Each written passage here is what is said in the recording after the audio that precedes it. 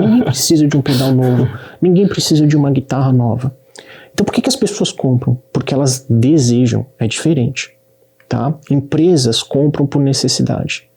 Pessoas compram por emoção.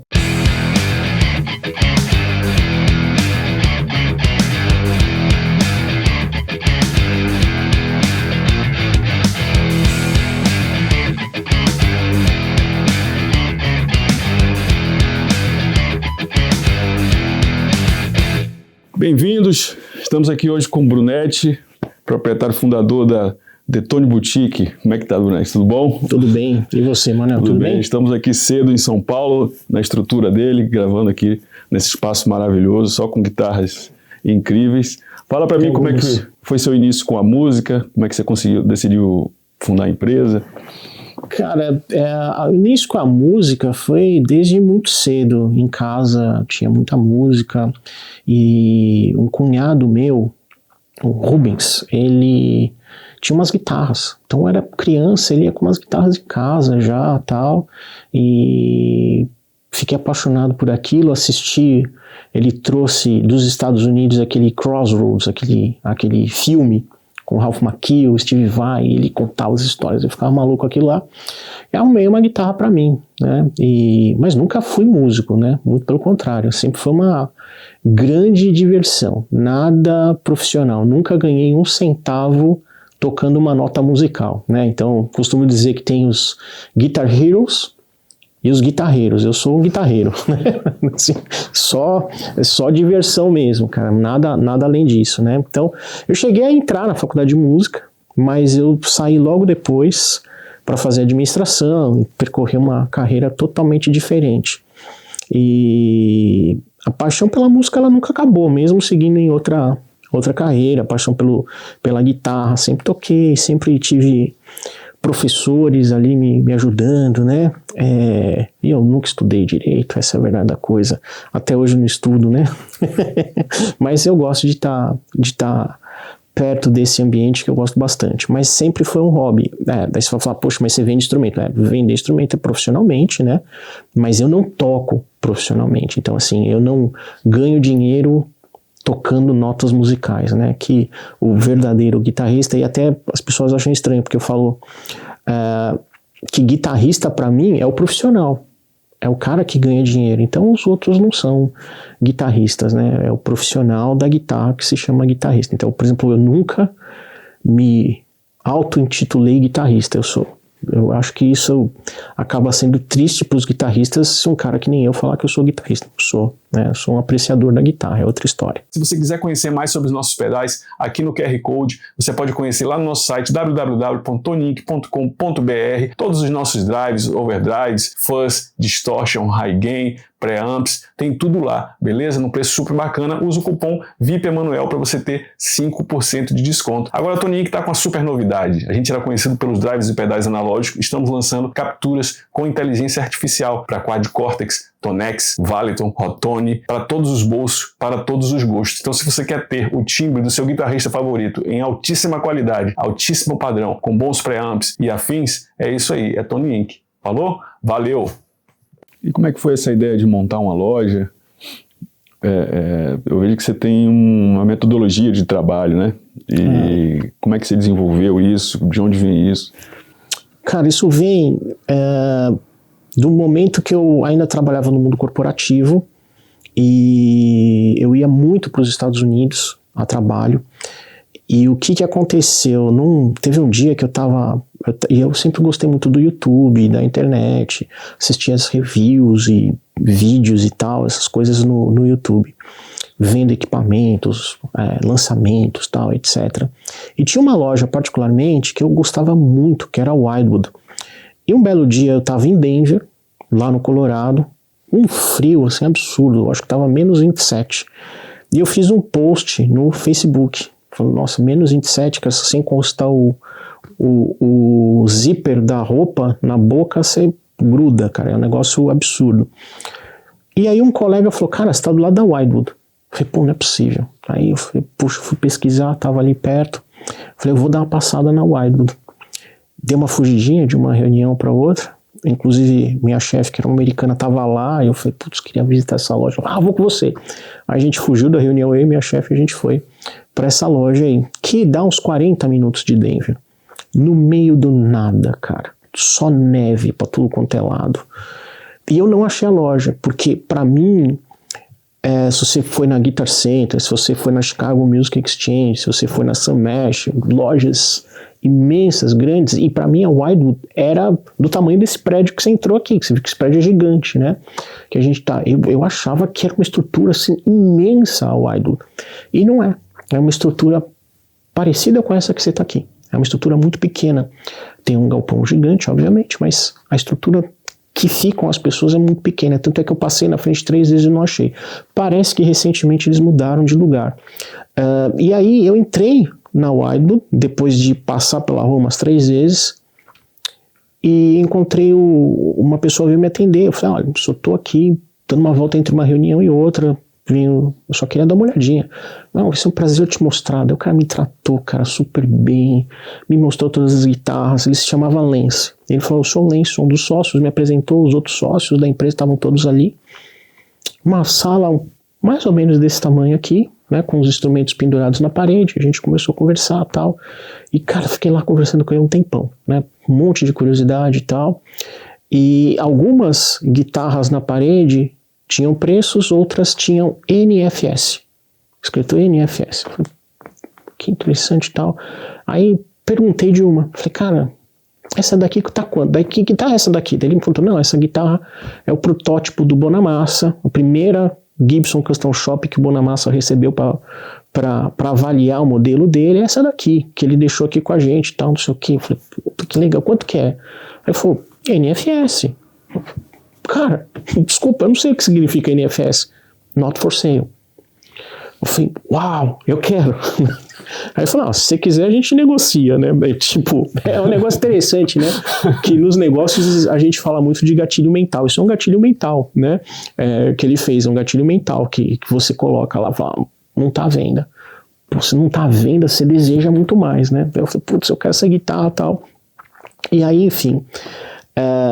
O que eu descobri na Wildwood, conversando lá com o Lance? Que eles eram os maiores vendedores de Gibson e Fender Custom Shop dos Estados Unidos. No meio do nada. E 75% das vendas que eles faziam eram para outros países. Então ele atendia muito a Ásia e a Europa. O Brasil não, sempre foi difícil, Brasil, né? Para vender para o Brasil. E eu fiquei com aquilo na cabeça por anos. Voltei muitas vezes ali em Denver e muitas vezes voltei na Wildwood, e eu sempre conversava com eles e ficava com aquilo na cabeça, né, com um espaço pequeno no meio literalmente no meio do nada aquilo lá, e o cara globalmente atendendo todo mundo. E o meu desejo de conhecer aquele espaço veio da internet, dos vídeos que eles faziam com o Gregory Koch, que ainda fazem até hoje, né, então, sei lá quantos anos deve ter isso, talvez uns 15, 16 anos, acho que desde o primórdio, e eu sempre fui fascinado por isso. E aí quando surgiu a questão de vou montar uma empresa, não vou montar uma empresa, isso veio na minha cabeça, falei, cara, eu consigo montar uma empresa para vender equipamento para o mundo inteiro, né? No caso a gente está no Brasil, não dá para vender para o mundo inteiro, mas para o Brasil inteiro, fazendo conteúdo dentro de casa. Então, desde o primeiro dia que eu comecei a empresa em casa, não nesses escritórios que você visitou hoje aqui, a gente tem 3 escritórios, tem mais uma casa, tem mais um monte de coisa, mas quando eu comecei, eu estava na sala da minha casa, né?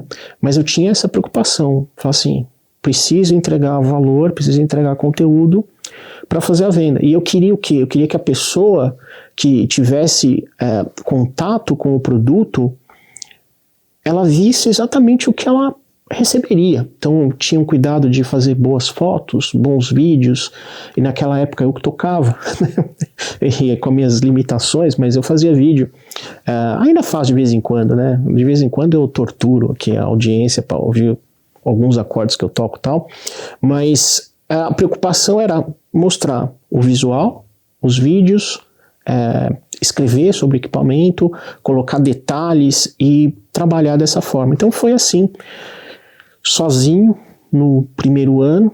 Depois a gente já veio para um desses escritórios que você conheceu aqui hoje, E aí foi expandindo, mais escritórios, mais empresas, mais funcionários, e hoje a gente tem uma equipe grande que faz um monte de coisa aqui para gerar sempre valor para o cliente. Essa é a minha primeira preocupação, né? Então surgiu mais ou menos assim, de uma ideia, de uma adaptação da Wildwood lá nos Estados Unidos, lá no Colorado, que eu achei que dava para fazer alguma coisa similar aqui.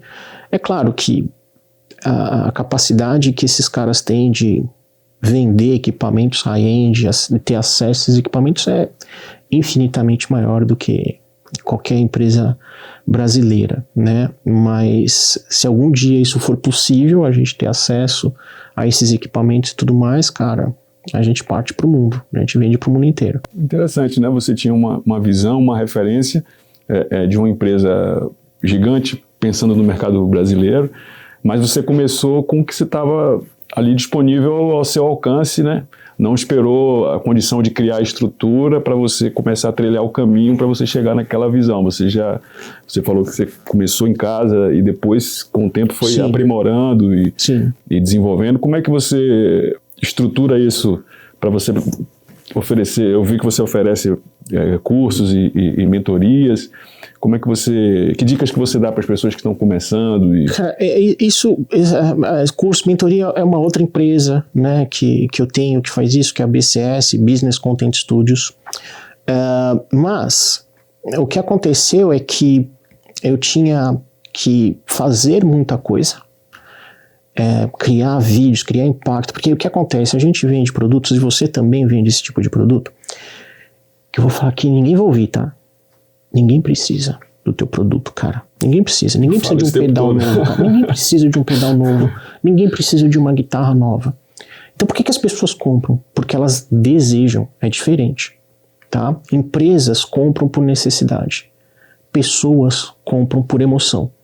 Então, quando você vende uma guitarra que a pessoa não precisa, que custa, sei lá, 10, 15, 20... Cara, para a realidade brasileira, 2, 3 mil reais já é caro. Quando a gente fala de 30, 50, 100, 200 mil reais, é um negócio insano, né, para a realidade brasileira, né?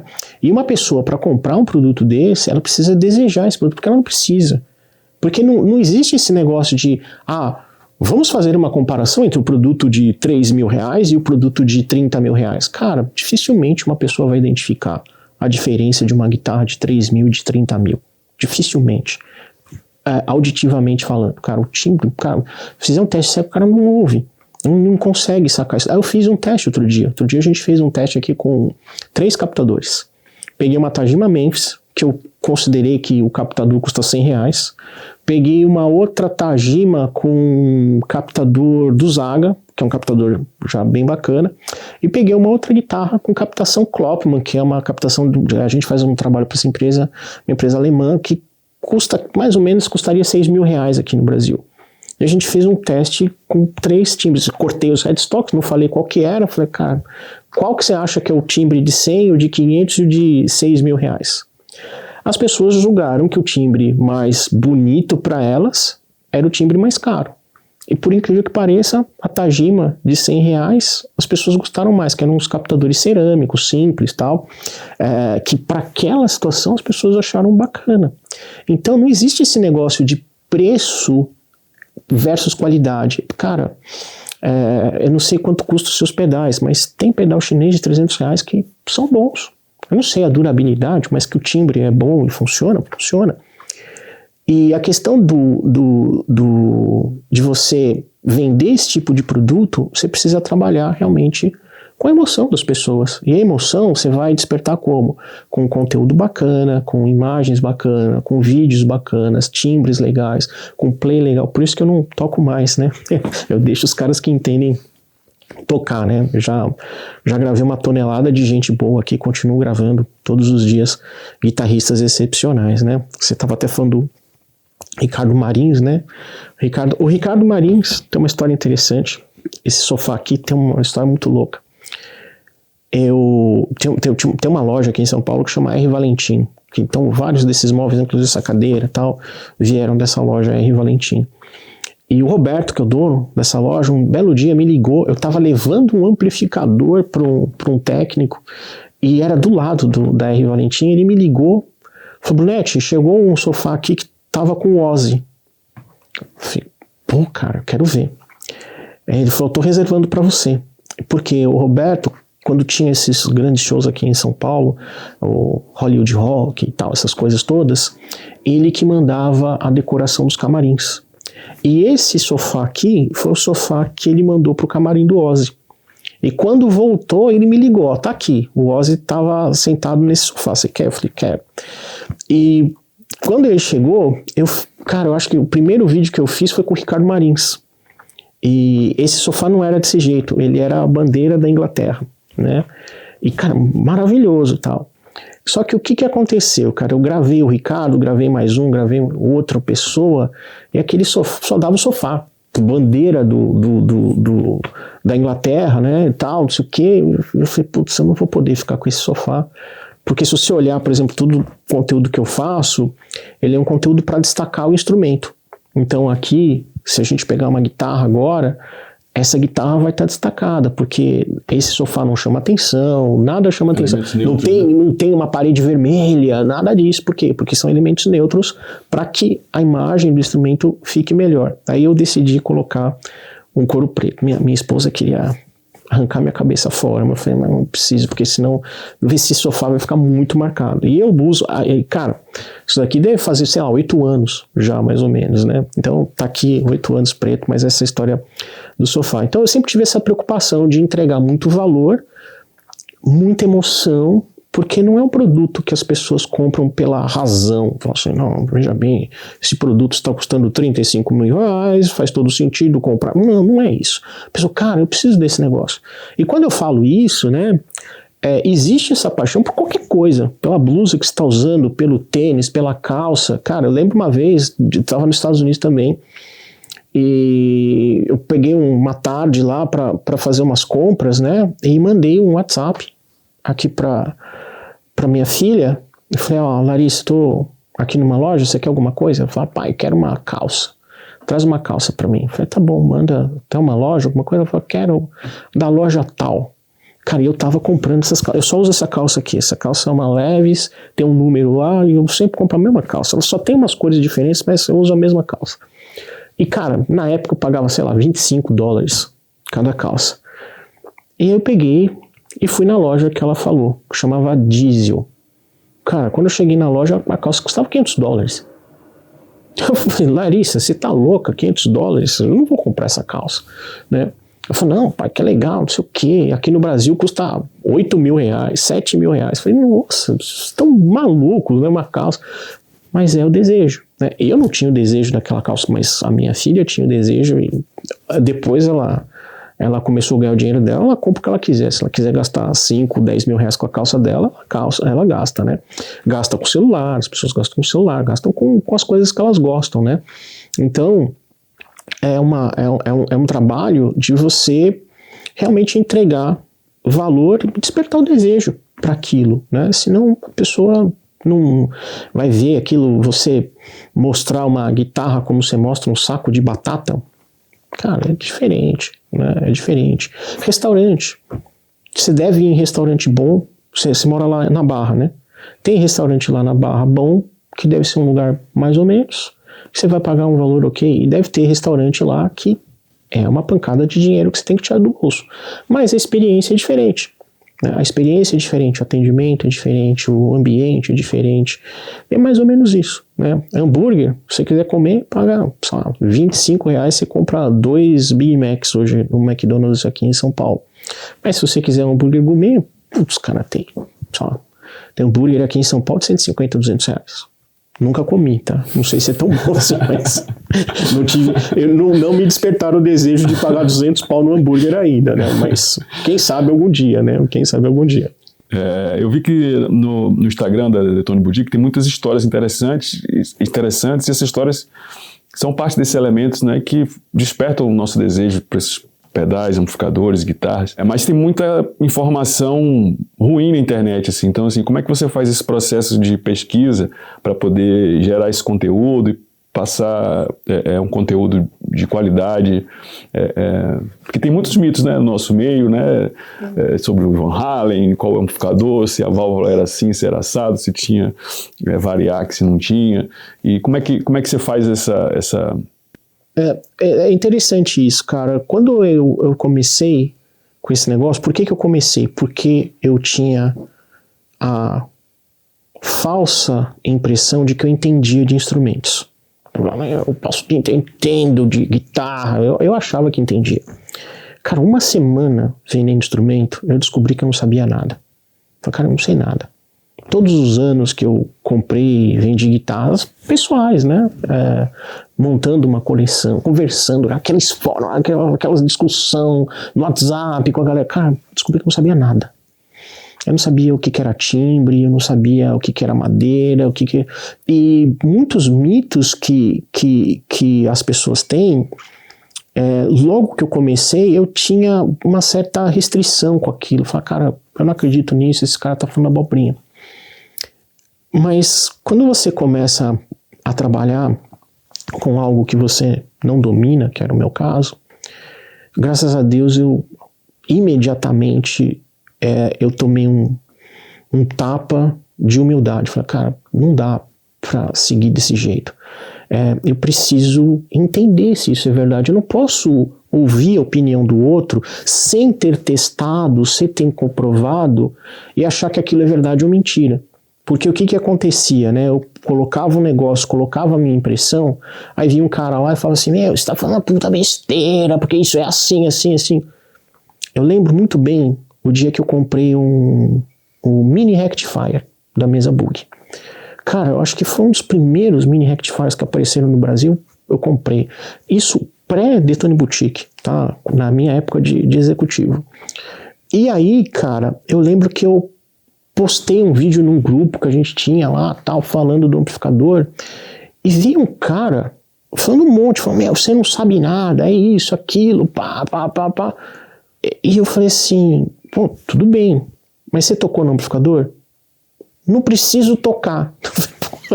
Peraí, você tá falando que tudo que eu tô falando tá errado, e você não teve acesso ao amplificador? Então tem alguma coisa errada. Né? Então quando eu comecei a Detone Boutique, eu entendi que eu não sabia nada, cara, que eu precisava estudar muito, me estudei muito no Brasil, fora, cursos, uma série de coisas, para que eu pudesse levar informações verdadeiras. Uma coisa que eu sempre trabalho aqui eu não posso deixar ninguém me pegar na curva. Eu sou ignorante em muitos assuntos, mas os assuntos que eu fala assim, vou estudar, eu não sou ignorante. Eu fiz os estudos, eu gravei, eu pesquisei, eu coloquei uma guitarra do lado da outra, um captador do lado do outro, um amplificador do lado do outro, para ver se funciona, se tem diferença ou não. Então, eu percebi que ao longo dos anos, as diferenças são cada vez menores, principalmente quando a gente fala de ouvido, né? Você perceber diferenças sonoras é importante. Então, para mim, hoje, o que é importante é aquilo que eu percebo diferença sonora. Eu percebo diferença de qualidade no timbre e tal, etc. Não, e até quando eu falo qualidade do timbre, isso é muito relativo.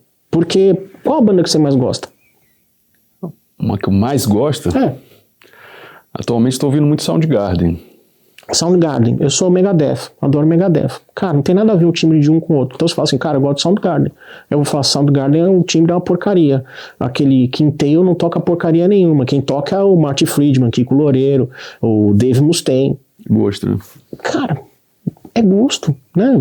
Você tem o seu, eu tenho o meu, e outras pessoas têm outros, né? Então quando eu falo até que o timbre é bom, cara, tem gente que vai falar, mas esse timbre é uma porcaria. Você deve ter guitarrista que você gosta, você não acha bom o timbre.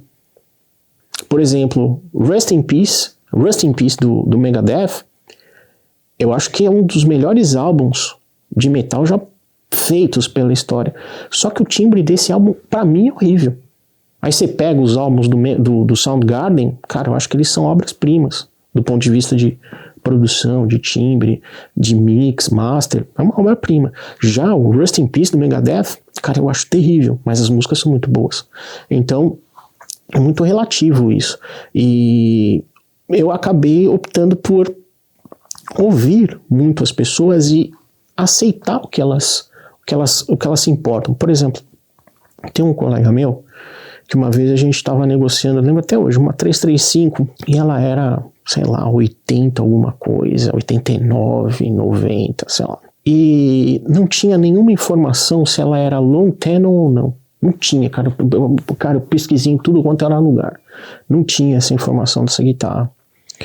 E aí ele virou pra mim e falou assim: Brunetti, eu só toco guitarras long tenor. Aí eu falei assim: você consegue perceber a diferença de som entre uma e outra? O sustain é diferente. Cara, desculpa. Pô, ninguém sabe, cara. E outra, o sustain. O que é o sustain, né? Todo mundo, cara, você vai tocar nota e vai ficar... Cara, o guitarrista quer tocar nota, velho. Não quer ficar parado lá com a nota, esperando a nota morrer. Não é isso, né? Então, eu respeito, porque tem coisas que são importantes para as pessoas, né? Mesmo que não seja para mim. Vou dar um exemplo. O que eu sou chato com guitarra? Pintura. Então, eu gosto de nitro. Se a guitarra é em PU, eu já não sou tão... As que eu faço, que eu mando fazer, tal, que eu encomendo com o Carroza, com Cassias, com o Music Maker, com todo mundo, são sempre em nitro. Sempre em nitro. Mas tem gente que acha que não faz diferença nenhuma. Tá tudo bem. Eu acho. Eles não. Tá tudo bem. E a gente tem um trabalho de pesquisa para poder responder essas coisas. E às vezes vem uns questionamentos que a gente não pensou. Fala, putz, cara, não pensei nisso, não fiz esse teste. Vamos fazer? A gente tem todos os equipamentos, tem guitarra, tem amplificador, tem simulador, tem pedal, tem captador. Puta, se trocar a fiação, muda o som. Cara, muda. Pra caramba, muda um fio de cabelo, né? Talvez, se você pegar o teu pedal, fala um pedal de drive lá que você tem. O Rotem, que é baseado no Hat. Tá, tem um tone ali, certo? Se você mexer um ponto no tone desse pedal, talvez faça muito mais diferença do que uma elétrica completa nova que o cara gastou $100, $150 na elétrica, né? Então esse é o ponto. Mas se é importante pro cara, é importante para mim. Por isso que eu vou atrás dessas coisas e aqui eu aceito todo mundo, né? Que, cara, eu acho que simulador é ruim. Tô com você. Cara, eu acho que simulador é a melhor coisa do mundo. Eu tô com você também. Aí você fala, pô, Brunetti, mas você não tem opinião? Tenho. Eu adoro simulador, eu adoro amplificador. Se eu for gravar um disco, cara, eu quero ter amplificador cuspindo fogo do meu lado. Para todas as outras coisas do planeta, eu quero um simulador. Mas o que eu prefiro tocar? Eu prefiro tocar no amplificador valvulado. É mais gostoso. É muito mais legal você tocar com um amplificador valvulado. Mas não dá para você usar um amplificador valvulado toda hora. Mesmo que você tenha espaço, eu tenho um espaço para usar um amplificador, mas eu não aguento. Porque um amplificador valvulado a gente quer volume. E mesmo nesse espaço preparado, que eu posso abrir o volume, eu não quero, porque machuca meu ouvido. E daí, mas daí você usa um protetor. Cara, eu uso um simulador. Plugin. Plugin era um negócio que eu nunca usei, porque eu sempre achei muito ruim, assim, principalmente a questão da latência. De uns anos pra cá, eu conheci a NeuroDSP. Os plugins da NeuroDSP são fantásticos. E aí já melhorou a latência dos computadores, das interfaces, dos softwares, etc. Cara, plugin é um negócio desesperador de bom. É assustador. Eu acho que poucas pessoas conseguem identificar, se existem pessoas que conseguem identificar que você gravou aquilo num plugin. Entendeu? Eu acho que hoje chegou num nível altíssimo. Porque o plugin é bom, não vou ter um quad-cortex? Não, coisa diferente. Né? Então, eu respeito todo mundo. Quem fala assim, não, você não precisa de nada disso, usa só o plugin. Você tem razão. Eu quero um quad-cortex porque é mais baixo. Você tem razão. Eu quero um amplificador valvulado porque é a coisa mais importante. Você tem razão também. Então, eu acabo... tem coisas, obviamente, que vão... quando o cara vira pra mim e fala assim, eu só uso o amplificador valvulado porque o amplificador valvulado é muito superior ao simulador, aí eu vou ter que discordar. Cara, não é. Não é. Se eu gravar, eu duvido você me falar o que é numa mix, o que é amplificador, o que é simulador, o que é plugin. Eu duvido, cara. Duvido. Eu duvido. Hoje, o que você ouvir aí, eu acho muito difícil você poder conseguir identificar o que é. E o que acontece? Acontece comigo, cara. Porque já tiveram casos, o pessoal vira pra mim e fala assim, Brunetti, o que você usou pra gravar o Kiko Loureiro? Não lembro. Se fosse fácil de identificar, eu posso ouvir. Cara, eu não lembro o que eu usei. Eu não sei se eu usei na época não tinha quad-cortex, o número que eu vi aqui, mas não sei se eu usei um Kemper, se eu usei um Fractal, se eu usei um Amp. O que você usou pra gravar Eduardo Danui? Sei lá, cara. Não lembro. Eu lembro um cara, que foi o André Nieri. Porque o André, ele me marcou profundamente, porque foi o único cara que pediu pra eu deixar o volume muito baixo. Cara, porque geralmente a gente põe um volume legal pra gente ouvir e tal. Aí o André, cara, pode deixar bem baixinho pra mim. Cara, era tão baixo que dava pra gente conversar, ouvir a guitarra, conversar, cara. E puta, arrepiou, né? Arrepiou. Nesse dia eu usei um Kemper. Né? Nesse eu lembro. Então, se você assistiu o vídeo que eu gravei com o André Nieri, é um Kemper ali, com o Bogner, com a simulação do Bogner, que é o amplificador que ele gosta, né? Mas eu não, tirando o do André, cara, eu praticamente não lembro nenhum que eu gravei. Ricardo Marins, não lembro o que eu usei pra gravar, não lembro. Nuno Mindeles já gravou aqui comigo algumas vezes, não faço a mínima ideia do que a gente usou pra gravar. Eu posso ouvir o som, mas eu não consigo identificar se eu usei. E eu usei amplificador, usei simulador, usei plugin, todos ao longo dos anos, né? Eu usei tudo. E eu, ouvindo, eu não consigo identificar. E eu não tenho, infelizmente, eu não tenho um registro detalhado do que eu usei em cada sessão. Não, usei quad-cortex no preset tal, usei o amplificador tal, com o grave no meio-dia, ganho. Eu não tenho esse registro. Eu não tenho esse registro. Deveria ter feito, não tenho. Foram milhares de gravações, né? Mas justamente por isso, por ter feito tanto isso aqui, cara, se você falar que o simulador é melhor que o amplificador, que o som é melhor, cara, discordo de você, né? Mas se você gosta do simulador, eu concordo com você, é bom. Se você gosta do amplificador, eu concordo com você. Se você gosta do plugin, eu concordo com você.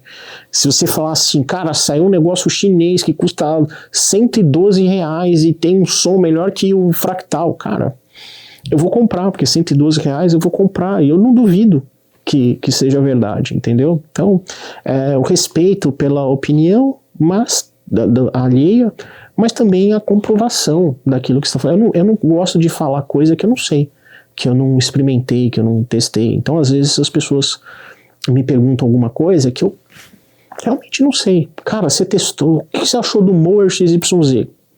Cara, não testei, não sei. Né? Pode ser bom, pode ser ruim. Mas, por que você não testa essas coisas? Porque às vezes não dá tempo, né, de testar. Tem tanta coisa para fazer do trabalho que não tem tempo de ficar pegando esses outros aparelhos e testando, mas seria legal. Muito interessante tudo isso que você falou, você trouxe muitas dicas importantes. A primeira é dessa importância do empirismo, né, na música, da gente testar uma hipótese, de você pegar um equipamento e fazer as comparações, né, de captadores, de elétrica, etc., para ver se aquele mito é verdade ou não. Você falou de uma coisa também que é muito interessante, que é essa coisa do nosso papel como comerciante, de entender o desejo do guitarrista e usar nossas habilidades para ajudar a viabilizar o sonho dele, de onde ele quer chegar, entender a cabeça, enfim. Dessa galera toda que você trabalhou, você falou do Kiko, do Ardanui, do André Nieri, como pessoa, assim, qual foi o artista que você teve, que te marcou pelo prazer de ter conhecido, de ter te surpreendido como artista, como ser humano? Quem que você acha que você vai levar pra vida, assim? Cara, foram tantas pessoas, né? Não tem... E assim, eu gosto de todos, tenho contato com todos. Um sonho foi ter trabalhado com o Edu Ardanui, porque, cara, o Edu é o cara que eu mais assisti na minha vida. Assim, cara, não tinha um show do Dr. Sim que eu não tava, que era em São Paulo, que eu não tava. Cara, eu ia todo show do Dr. Sim, cara. Sempre gostei muito do play do Edu e, cara, poder gravar com o Edu. Ontem mesmo eu fiz um vídeo falando do Edu, do Frank Solari e do Sérgio Bus. E aí o Edu já pegou o vídeo, compartilhou, tal, não sei o que. Então, é muito bacana isso de vir de um segmento completamente diferente. Fui do mercado corporativo a vida inteira, nunca tive envolvido com isso, né? Mas hoje, depois de 9 anos, ter essas pessoas no meu WhatsApp trocando ideias e tudo mais, sempre foi um negócio muito bacana, né? Cara, assim, as pessoas que eu tive aqui, não teve uma pessoa que eu não achei bacana, incrível. Tem as pessoas que trabalham comigo, né, que trabalharam bastante comigo ao longo dos anos. O Alexandre Espiga foi o primeiro, um amigo de longa data, né, e foi interessante porque o Alexandre foi o primeiro cara que eu gravei, e foi um pedido dele. Na verdade, ele me chamou e falou: Brunetti, eu tenho que gravar uma aula para Guitar Player, que ele era colunista, né? E eu falei, pô, beleza, vamos gravar. E ele veio aqui no escritório. E a gente gravou. Cara, foi incrível, porque como ele é muito bom, é muito rápido. Muito rápido. Tudo, o cara, resolvia muito rápido. E aí eu falei, pô, você não quer gravar umas guitarras pra mim? Foi a primeira vez que eu gravei uma pessoa que não era eu, que sempre eu tava me gravando, né? E aí eu comecei a convidar pessoas, né? O Alexandre Espiga foi trabalhou bastante tempo comigo, ainda vem aí de vez em quando. O Fúvio foi um dos primeiros também. Foi um dos primeiros, o Fúvio. Ele vinha na Music Maker, a gente fazia os vídeos, e, cara, teve o Thiago de Moura, Mozart Mello, que foi meu professor, gravou aqui comigo também uma vez. Hoje eu tenho o Michel Caramelo, que, putz, é um cara fenomenal, um bom gosto incrível. Tem o Enéas, que tá gravando umas coisas aqui com a gente. Tem o Denison Fernandes, puxa, teve tanta gente, o Lucas Bittencourt, o Cesário Filho também, às vezes que ele tá em São Paulo, a gente grava aqui. Muita gente, cara, muita gente. Eu vou entra lá no meu Instagram que vocês vão ver um monte de... O único cara ruim tocando no meu Instagram sou eu, cara. O resto é só cara bom, meu. Sou um cara muito bom. Não é nem bom, é assim, cara muito assim, acima da média. Semana passada veio o Sidney aqui, o Sidney Carvalho. A gente gravou umas propagandas aí para um evento que ele tá fazendo, né?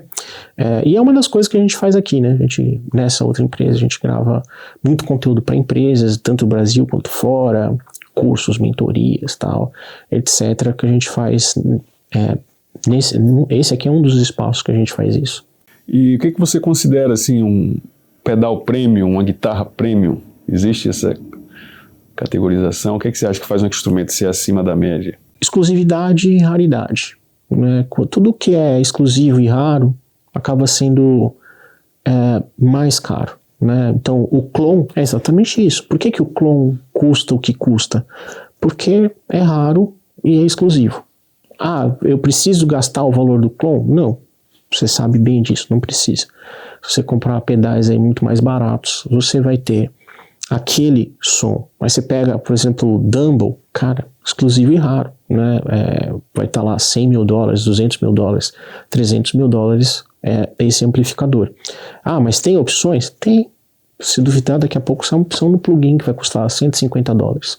Né? Bom, aí você gasta $150 mil no amplificador, $200 mil, $150 no plugin. Então, é mais ou menos isso, né? O que eu gosto, assim, é interessante, cara, porque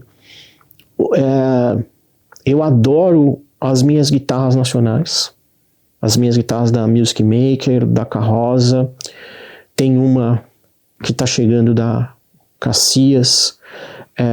Eu adoro essas guitarras, e essas guitarras eu acabo fazendo vários experimentos, assim, tipo, vamos colocar o captador tal, vamos fazer o shape não sei o que, vamos usar não sei o que e tal.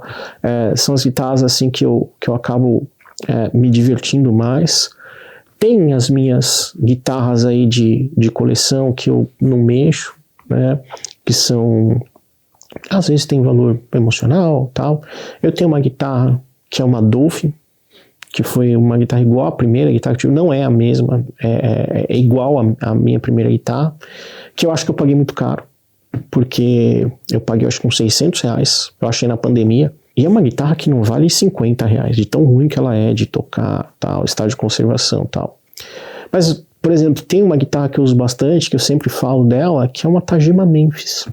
É uma Memphis, não é uma Memphis, é uma TW500, eu acho, que é uma das mais baratas, é uns R$800, R$900, mas é uma guitarra que eu deixo na minha sala, na sala de televisão, e sempre que eu tô lá assistindo um seriado com a minha esposa, eu pego a guitarra, fico com ela desplugada, tocando e tal.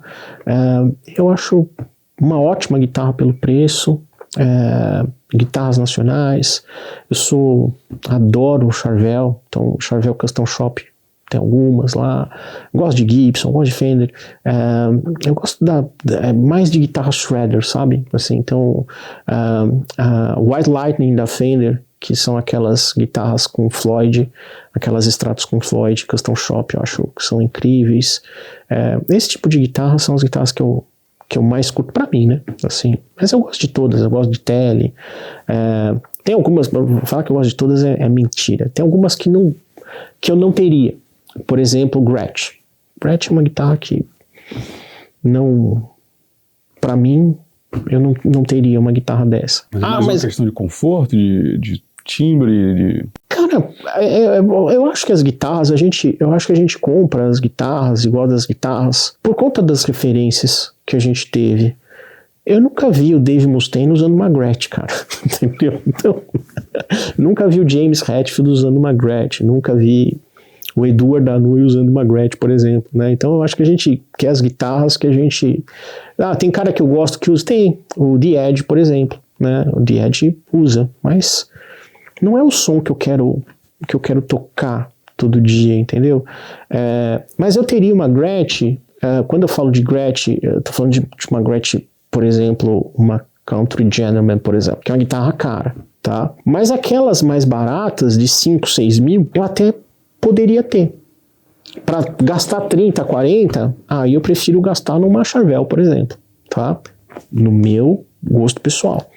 Mas aí eu já pego... poderia pegar lá uma linha de 5, 6 mil para ter um som de Gretsch lá. Igual a outra? Não é, mas tá na mesma praia, né? Você não vai pegar uma Strato que soa como uma Les Paul, né? Você não vai pegar uma Tajima TW500 que soa como uma Les Paul. Não, ela vai soar como uma Strato, né? Então, eu não gosto de Strato, só gosto de Les Paul. Cara, compra uma Tajima baratinha lá pra você ter como opção de extrato, já que você não gosta de extrato, porque daí você tem o timbre lá. Então eu teria, por exemplo, a Gretsch, só que é a mais barata, não a mais cara. É mais ou menos assim que eu penso, né? Essas guitarras que eu não sou tão fã, eu não sou fã de semiacústica, por exemplo, né? Teria uma 335, cara, eu acho legal pra caramba, 335, mas... não vou gastar uma fortuna numa 335 para mim, né, na minha coleção, mas para muita gente não faz sentido, né? Eu já tive 335 e aí o que aconteceu? Eu tinha uma 335 que eu peguei, que eu gostei e tal. Um belo dia eu tava no estúdio, um amigo me pediu um negócio e tal, daí eu falei, olha o que tem aqui. Puta, o cara viu essa 335, foi uma que eu escolhi pra ficar pra mim, daí o cara, quero essa guitarra, me encheu o saco. Aí vendi pra ele, daí nunca mais tive uma 335. Mais ou menos isso. Dessas guitarras todas que você teve acesso, assim, qual foi a guitarra mais cara, assim, que você viu? Cara, putz. Acho que não tinha um preço. Não estavam pra ver. Aqui, cara, é que assim, eu tive umas guitarras ao longo dos anos, né, que hoje seriam guitarras de, sei lá, 300 pau, 400 pau. Aí você vai perguntar, puxa, cara, é assustadoramente diferente? Não é assustadoramente diferente, mas é extremamente valiosa. Por exemplo, uma Joe Perry Aged and Signed, cara, eu acho que vai estar lá fora, vai estar uns 200 pau, lá fora. 200, 300 pau, lá fora. Imagina quanto que não vai custar aqui, uma guitarra dessa. Uma guitarra que, sei lá, deve ter... Eu não lembro o ano dela, acho que deve ter uns 15 anos, talvez, 12 anos. Mais ou menos isso. Vai custar esse valor aí. Então, tem muita coisa. Fora as originais, né? A original nunca nunca tive, né? Eu não pego um instrumento vintage aqui, porque eu não consigo dizer se eles são originais ou não. Então eu acabo não pegando esse tipo de instrumento, que eu acho que é mais dor de cabeça do que satisfação, né? Mas já tive muita guitarra aqui bacana, exclusiva, cara. São todas legais. A maioria delas viraram posters, né? A gente vende, mas as fotos viram posters. Muitos posters a gente manda para os próprios clientes que compraram essas guitarras extremamente raras, a gente manda para eles de presente. Teve um tempo que eu fazia venda de instrumentos e eu tive que parar porque eu ficava triste quando a guitarra ia embora. Você tem essa sensação? Não? Cara, eu não tenho esse... Como é que você separa assim, né? O que fica, o que vai? Cara, eu não pego nada pra mim. Minha esposa, ela fez eu assinar um acordo com ela que é o seguinte: se eu pegar qualquer guitarra que tiver aqui, eu tenho que pagar 30% a mais. Então, se a guitarra custa 10, eu vou ter que pagar 13. Entendeu? Então, já financeiramente não é interessante pra mim comprar uma guitarra aqui, né? Porque eu tenho que pagar 30% a mais. Mas é que, assim... Tarifaço. Eu tenho um tarifaço aqui, tá 30, daqui a pouco vamos botar 50. Mas eu não tenho, porque eu acho que a minha satisfação hoje é mais o timbre do que o instrumento. Assim, sabe? De conseguir gravar um negócio legal, de fazer uma imagem bacana, de ter um timbre que ficou bacana, uma combinação de elementos, né? Então, para mim hoje, a combinação da guitarra, do pedal, do amplificador, do microfone, do gabinete, tudo isso, ela acaba sendo mais importante do que o próprio instrumento em si. Então, assim, eu tô atrás sempre de um timbre diferente, cara. Então, assim, eu não tenho o apego aos instrumentos, né? Eu tenho os meus lá, que ficam lá, e eles ficam guardados mais por uma questão emocional do que de falar, não, cara, eu preciso ter esse equipamento. Não. Então, os equipamentos que chegam aqui, cara, tem uns equipamentos que eu adoro, que eu falo, putz, quero ter, mas não preciso, né? Não preciso. Tem alguns, de vez em quando, geralmente os que eu pego são os que faltam na minha coleção, mas é raro, bem difícil. Na sua visão, o mercado de pedais nacionais está evoluindo? Quais as marcas brasileiras que chamam a atenção nos últimos anos, em termos de qualidade, identidade? Eu acho que o mercado brasileiro, ele é assim, qualquer pessoa que decide criar um produto aqui, eu vejo já como um herói, porque é tão difícil acessar a matéria-prima, o conhecimento e tudo mais. E eu vi algumas coisas, eu não sou um conhecedor desse segmento, inclusive não conheço os seus produtos. Eu tive contato com os produtos da Saturno, que eu achei muito legais, muito bem feitos. Tive contato com os produtos da VTR, também gostei bastante. Vi que eles lançaram coisas novas. Eu comprei alguns produtos um tempo atrás, cara. Acho que a gente estava na pandemia. Acho que foi talvez os primeiros ali que ele fez. O Ítalo, né? O Ítalo fez. É isso, né? O nome do... E depois... eu recebi agora, recente, algumas unidades da Cross Devices. Achei muito bons também. Muito, muito bem feitos. Então eu acho que os seus pedais eu não conheço, nunca tive, mas eu já vi no pedalboard de um monte de amigo e tal. Sempre também com bastante qualidade. Então eu acho que o mercado brasileiro em geral, dos instrumentos e tudo, das guitarras e dos pedais, eles têm... Se a gente pudesse ter condições competitivas, acho que seria imbatível, cara. Assim, a gente poderia transpor fronteiras, vender isso na América Latina inteira, Europa e tudo mais, o que eu sei que é difícil. Se eu falar assim, cara, faz 5.000 pedais para mim, talvez você não consiga fazer, certo? Ou consegue? Cara, acho que praticamente nenhuma marca nacional consegue. Mas o jogo global é esse, né? Sim. Então, seria legal que as empresas nacionais pudessem. É um processo, né? Para você chegar nesse volume, o mercado nacional não absorve isso ainda, a gente não pode pensar no mercado nacional, porque o produto, ele tá tão legal que eu acho que ele não é mais um produto local. Ele é um produto, cara, quando eu consumi pedal brasileiro, muitos anos atrás, cara, desculpa, não era bom.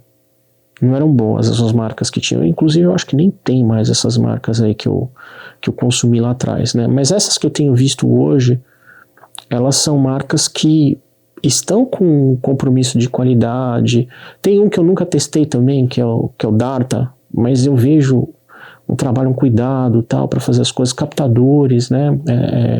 Vejo lá o Anselmo fazendo, o Malagoli fazendo os captadores bacanas e tudo mais. Então, eu acho que a gente tem aí sim produtos de qualidade, mas se houvessem mais incentivos, talvez a gente começasse a ver marcas brasileiras globais, né, de tão bom que é o produto, né, global, poxa vida.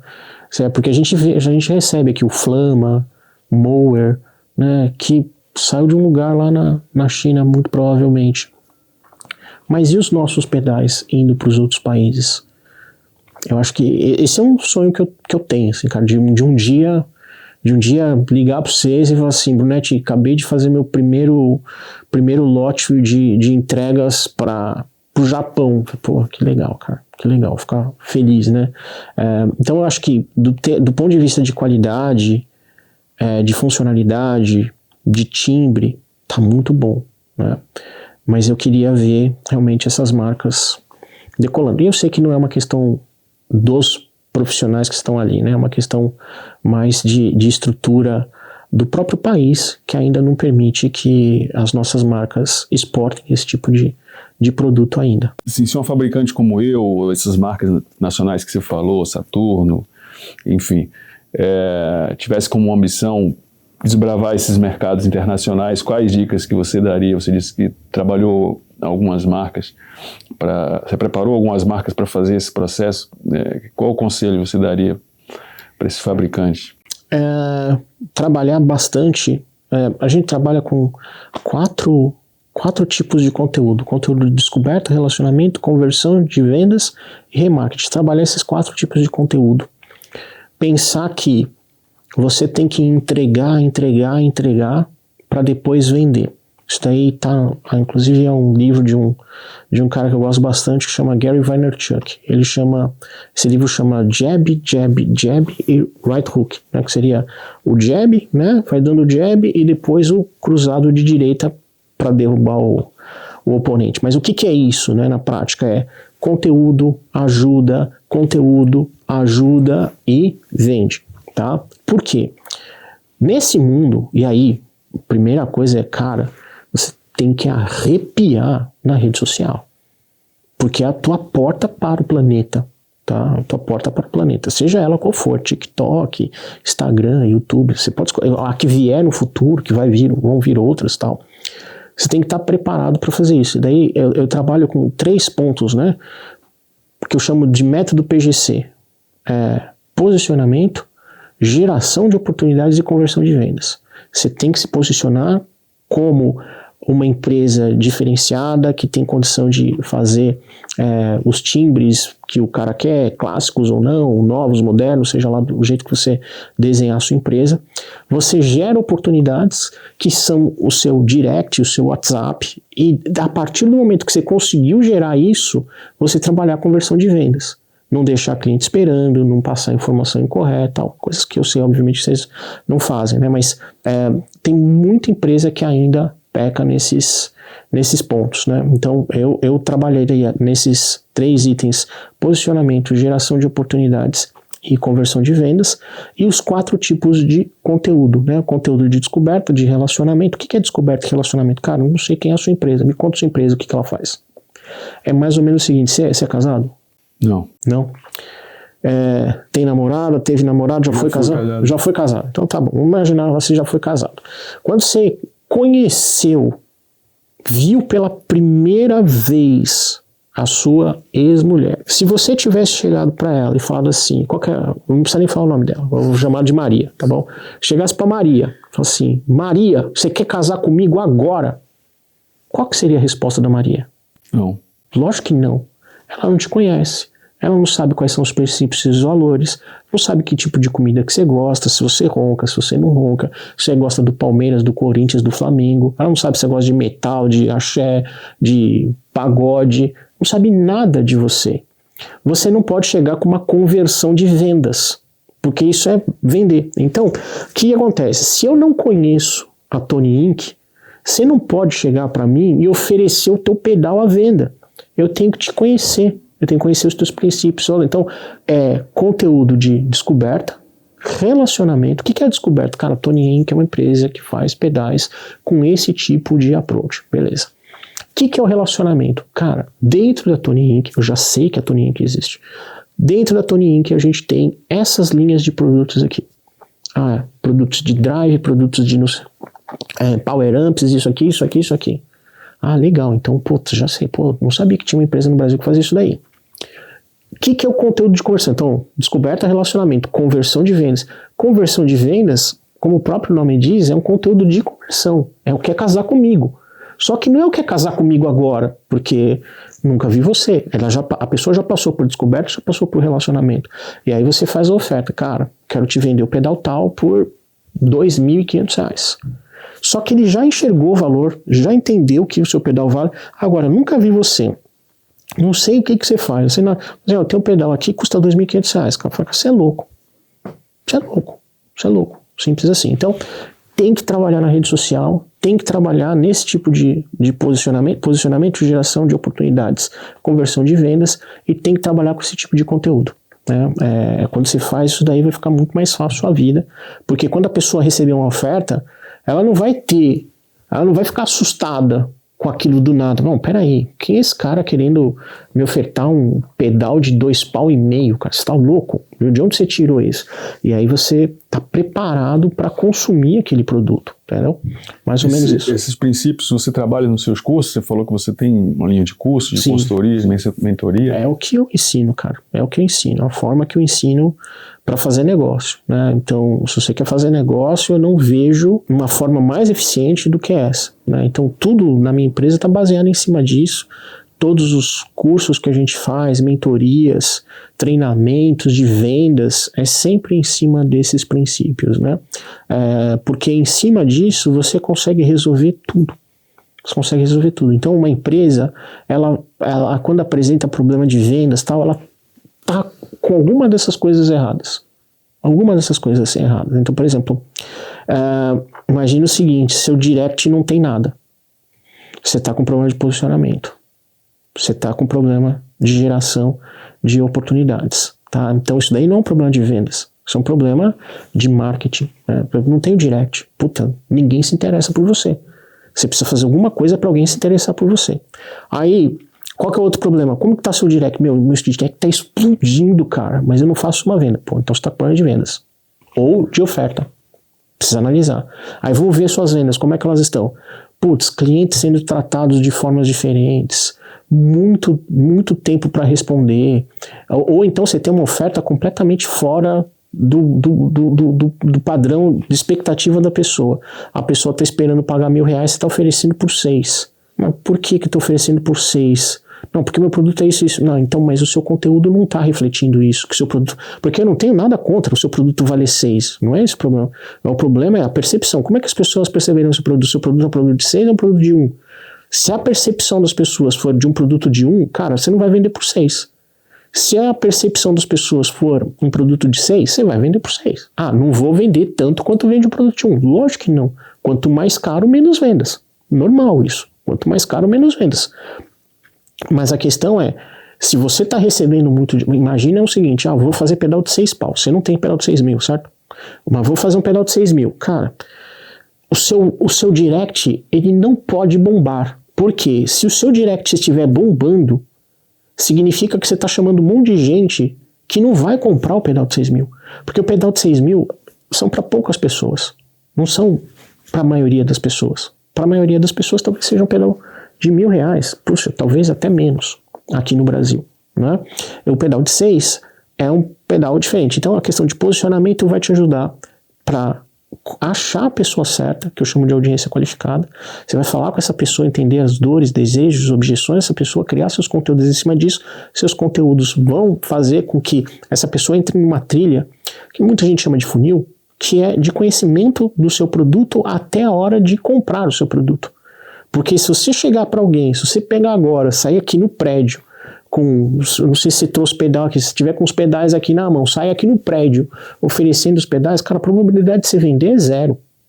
Ninguém vai querer. Mas agora, se você tá vindo aqui no prédio, uma semana antes você começa a fazer propaganda com um pin aqui, fazendo anúncios já com uma parte de descoberta de relacionamento, cara, a hora que você, daí você fala assim, estarei no sábado com o Brunetti das 9 da manhã até meio-dia. É provável que tenha gente batendo aqui na porta e falando, cara, eu vim aqui pegar o pedal com o Emanuel. Por quê? Porque você se posicionou de forma correta. Se tiver a oferta certa, você faz a venda, né?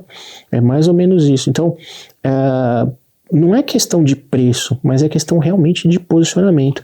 E aí, o que acontece? A venda, ela começa no não, cara. Quando eu falo não quero, é ali que começa a venda. Porque se vem alguém e fala assim, eu quero seu pedal, esse cara foi convencido a comprar o seu pedal e não foi por você. Foi por outra pessoa. Você não pode contar com esse tipo de venda. Você tem que contar com a venda que você vai atrás. Essa venda, o que ela é? Para mim, ela é a cereja do bolo. É o número além do que eu estava esperando. Sei lá, colocou lá. Qual que é a minha meta? Fazer R$1 milhão por mês. Tá bom, vou correr atrás de R$1 milhão por mês. Mas veio um cara que comprou uma guitarra que ele queria, que custou 200 pau. Eu fiz 1.200.000. Eu não posso fazer 1 milhão contando com esse cara que está vindo do nada, que outra pessoa convenceu. Então, a questão é que nesse tipo de segmento, nesse tipo de produto, você precisa ser a grande força para fazer com que a pessoa se interesse em falar com você. E aí sim você gera a venda. Então, eu acho que quem está começando, se você não utilizar a internet, se você não utilizar esses processos, não é postar, cara. Vou postar, cara. Não é isso. É uma estratégia clara. Não é se preocupar com, vou viralizar. Cara, a pior coisa que você faz é viralizar. Você tem que criar esse tipo de conteúdo, de descoberta, de relacionamento, de conversão e depois de remarketing. São os conteúdos mais adequados. Vale muito mais uma pessoa te ver, poucas pessoas te verem por muito tempo, do que muitas pessoas te verem por pouco tempo. Então você tem um vídeo lá de 15 segundos que ficou legal pra caramba, todo mundo adorou, tem 1 milhão de visualizações, sabe quantas vendas você vai fazer? 0. Agora você tem um vídeo de 1h30 que você tá lá explicando detalhe por detalhe, você tá falando de chip, você tá falando de história, você tá mostrando o timbre e tal, cara, vai ter isso aqui de visualização, vai ter muito pouco, mas essas pessoas que assistiram esse seu vídeo por 1h30, elas têm muito mais capacidade de comprar o seu produto do que aquele 1 milhão de pessoas que viu o seu vídeo de 15 segundos que não entregava valor nenhum. Então, use as redes sociais dessa forma, para gerar conteúdo de valor. Isso aqui que você está fazendo agora é um conteúdo de valor, né? Porque, sei lá quanto tempo vai dar isso aqui. Mas alguém que assistir isso aqui vai ter um monte de informação interessante. Você está conversando com várias pessoas diferentes, né? Você vai falar com o Mariucci, vai falar com mais um monte de gente, deve ter mais um monte de coisa. O que é isso? Você está gerando informação para a sua audiência qualificada, né? E esse tipo de conteúdo, muitas vezes, ele não vai ter um alcance brutal, não vai ter, mas o alcance que ele tem é um alcance muito bom do ponto de vista de geração de oportunidades e conversão de vendas. Esse é o ponto. E o que tem de disponível hoje de curso seu, de mentoria? Como é que as pessoas fazem para... Cara, eu fiz o Prosperare, né, que é uma live de um dia. É o Prosperity Life. Na verdade, o Prosperity é uma mentoria aí de 1 ano, né? Que eu faço já há 3 anos, com empresas de segmentos diferentes, tem da música também, e a gente fala muito sobre isso, né? Posicionamento, geração de oportunidades. É uma mentoria muito completa, que as pessoas aprendem a criar conteúdo, fazer vídeo, mexer em câmera, foto, criar texto, criar a parte de copy, que é a parte de escrita persuasiva, aprende tudo isso, né? E a gente ensina também para os funcionários. Então tem a parte estratégica, que são para os donos das empresas, e tem a parte operacional, que acabam sendo para os funcionários. Atendimento, lidar com objeções, criação de scripts, vendas, roteiros, tudo isso daí. Tem também os cursos do Regulando, que são 3, 4 cursos ali no Regulando, que hoje eu faço com o Alexandre Carroza, é o meu especialista. São cursos que a gente ensina a regular instrumentos, a cuidar de instrumentos, e tem o Regulando Pro, que é um curso profissionalizante, né, para o cara virar realmente luthier e gerar renda com isso e tudo mais, né? Então são 3 cursos, o Regulando Pro, e tem o Desafio da Extrato, né, que é só de extrato. Vão ter cursos de criação de vídeos de guitarra, de negócios. Tem o Prosperity Light, que você aí participou, que é um dia inteiro, uma imersão de negócios para a gente falar sobre geração de oportunidades, criação de audiência qualificada, identificação de objeções, superação de objeções e tal, esse tipo de coisa.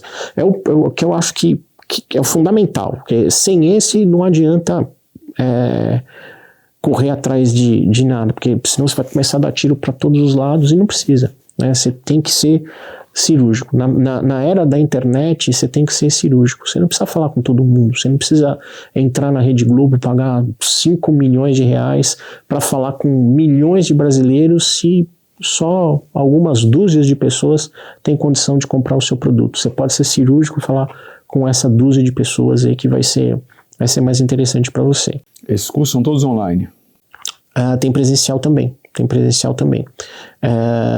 Tem que ficar de olho no The Guitar Circle.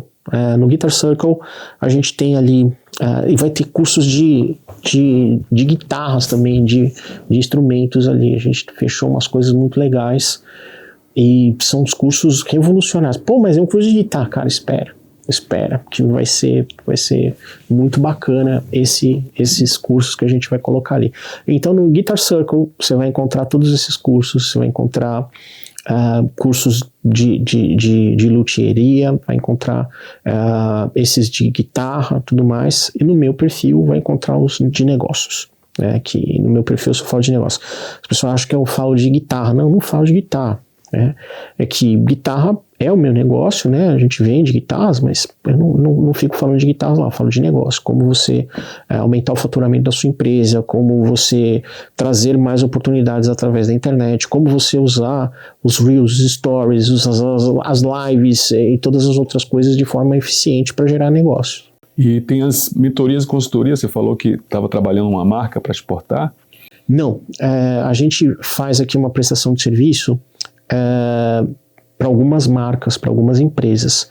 Essas empresas, algumas estão no Brasil, outras não, tá? A gente faz no mundo inteiro.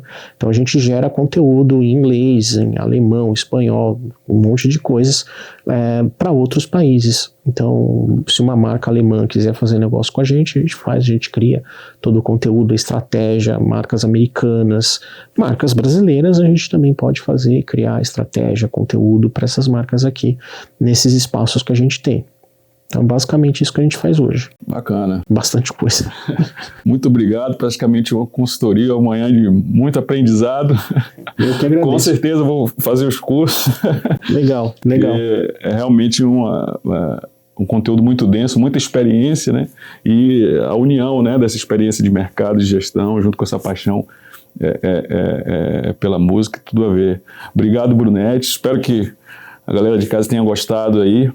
E quem sabe a gente não faz uns vídeos, Vamos fazer. algumas coisas para o futuro. É isso aí. Cara, obrigado. Prazer.